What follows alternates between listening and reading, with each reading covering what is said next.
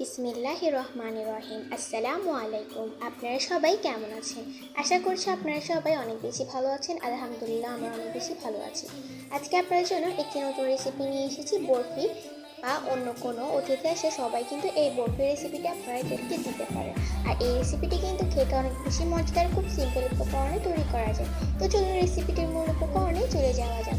তো প্রথমে একটি প্যান নিয়ে নিয়েছি। প্যানের মধ্যে আমরা প্রায় 3 টেবিল চামচ পরিমাণ মতো সয়াবিন অয়েল দিয়ে দিয়েছি। সয়াবিন অয়েল দেওয়ার পরে আমরা সয়াবিন অয়েল যখন হালকা একটু গরম হয়ে যাবে, এই পর্যায়ে আমরা এখানের মধ্যে 1/2 কাপ পরিমাণ পানি দিয়ে দিব। পানি দিয়ে এটাকে কিছুক্ষণ পরিমাণ নেড়ে চেড়ে হালকা একটু তেল এবং পানির মিশ্রণটিকে সিদ্ধ করে নিব বা ফুটিয়ে নিব। ফুটানো হয়ে গেলে হালকা একটু নেড়ে ছেড়ে এই পর্যায়ে আমরা বাকি উপকরণগুলোকে মিশিয়ে নিব। তো এই পর্যায়ে আমরা এখানের মধ্যে চিনিটা দিয়ে দিব। চিনিটা আমরা এখানে 2 টেবিল চামচ পরিমাণ ব্যবহার করেছি। আপনারা আপনাদের স্বাদ অনুযায়ী কিন্তু দিয়ে দিতে পারেন। 2 টেবিল চামচ চিনি দেওয়ার পরে হালকা একটু নেড়ে চেড়ে স্প্যাচুলার সাহায্যে মিশিয়ে নিব পানি এবং এই তেলের মিশ্রণটির সাহায্যে। মিশানো হয়ে গেলে আমরা এখানের মধ্যে 2 টেবিল চামচ পরিমাণ গুঁড়া দুধ ব্যবহার করেছি। গুঁড়া দুধ দেওয়ার সাথে সাথে কিন্তু এটাকে স্প্যাচুলার সাহায্যে নেড়ে চেড়ে খুব ভালোভাবে মিশিয়ে নিতে হবে, নাহলে কিন্তু এই গুঁড়া দুধটা কিন্তু দানাদারভাবে রয়ে যাবে আর খেতে ভালো লাগবে না। তো খুব তাড়াতাড়ি কিন্তু আমরা এটাকে মিশিয়ে নিলাম। আর মিশাতে এটাকে হালকা একটু ভালো করে জালও দিয়ে নিতে হবে।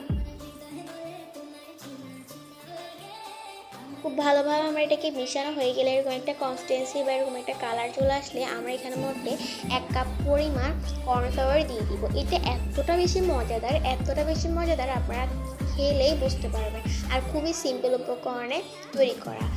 কথায় আছে সিম্পল জিনিস বেশি ভালো। তো সিম্পল জিনিস কিন্তু হচ্ছে এটা, আর হচ্ছে খুব কম উপকরণে আমরা এই রেসিপিটা তৈরি করছি। যতভাবে সিম্পল রেসিপিটাই তৈরি করলে কিন্তু খেতে আরও বেশি মজা লাগে।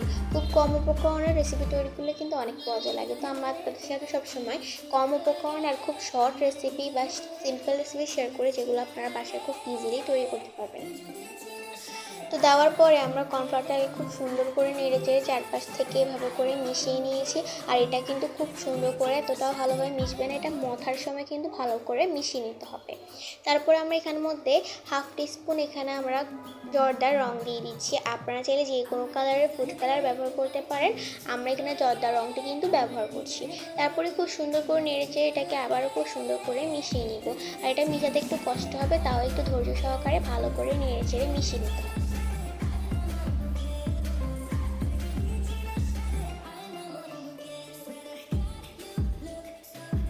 এটা আমাদের প্রায় অনেকটা পরিমাণ মিশানো হয়ে গিয়েছে।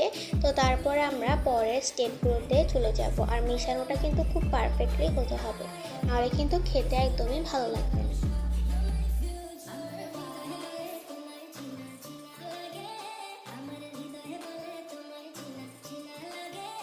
তো আমাদের মিশানো হয়ে গেলে এই পর্যায়ে আমরা একটি স্প্যাচুলার সাহায্যে খুব সুন্দর করে নেড়ে চেড়ে তারপর আমরা প্যানের মধ্যে হাতটা রেখে খুব সুন্দর করে হাতের সাহায্যে আমাদের এই মিশ্রণটাকে সুন্দর করে মথে নিব। ভালো করে মথে নিতে হবে যাতে এটা একদমই পারফেক্ট একটা ডোতে পরিণত হয়ে যায়।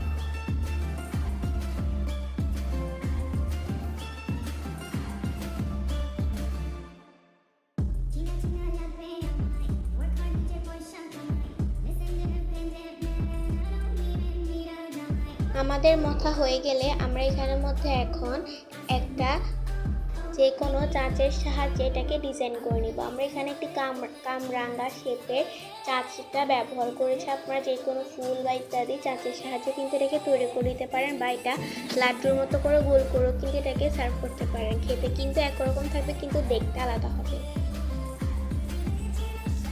তারপরে মাঝখান বরাবর দিয়ে এই ডোটাকে আমরা হালকা একটু জোরে চাপ দিয়ে এটাকে আমরা চারপাশ থেকে যেগুলো বের হয়েছে বাড়তি অংশ সেগুলোকে নিয়ে ফেলে এবার হালকা একটু চাপ দিয়ে এটাকে খুলে দেখবেন কত সুন্দর একটা পারফেক্ট কামরাঙ্গা শেপের বরফি তৈরি হয়ে গিয়েছে। এটা দেখতে যতটা সুন্দর, খেতে কিন্তু আরও বেশি মজাদার।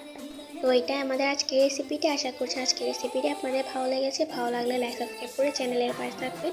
সবাইকে অনেক অনেক ধন্যবাদ পুরো ভিডিওটি দেখার জন্য এবং আসসালামু আলাইকুম। সবাই ভালো থাকবেন। আল্লাহ হাফেজ।